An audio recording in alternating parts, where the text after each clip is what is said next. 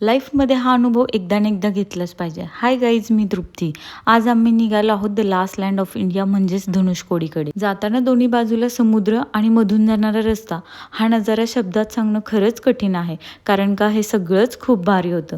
धनुषकोडी हे ठिकाण मानलं जातं जिथे प्रभू श्रीरामांनी वानर सैनिकच्या मदतीने लंकेपर्यंत रामसेतू बांधण्यास सुरुवात केली होती. त्यानंतर आम्ही हॉटेलवर परत येऊन नाश्ता केला आणि चेकआउट करून मदुराईकडे निघालो. जाताना पुन्हा एकदा पंबन ब्रिजवर थांबलो, कारण ते सकाळचं वातावरण असल्यामुळे खूप भारी वाटत होतं. मदुराईमध्ये पोहोचल्यानंतर दुपारचं जेवण टेम्पल सिटी हॉटेलमध्येच केलं आणि इथे पण आम्ही थाळीच घेतली होती. खूप घाईघाई करत आम्ही पोहोचलो मदुराई एअरपोर्टवरती वेळेच्या आधी. आणि तमिळनाडूमधील मागचे 4 दिवस आम्हाला खूप सुंदर आठवणी देऊन गेले, कारण का इथलं कल्चर, प्रत्येक ठिकाण आणि प्रत्येक अनुभव सगळंच खूप भारी होतं.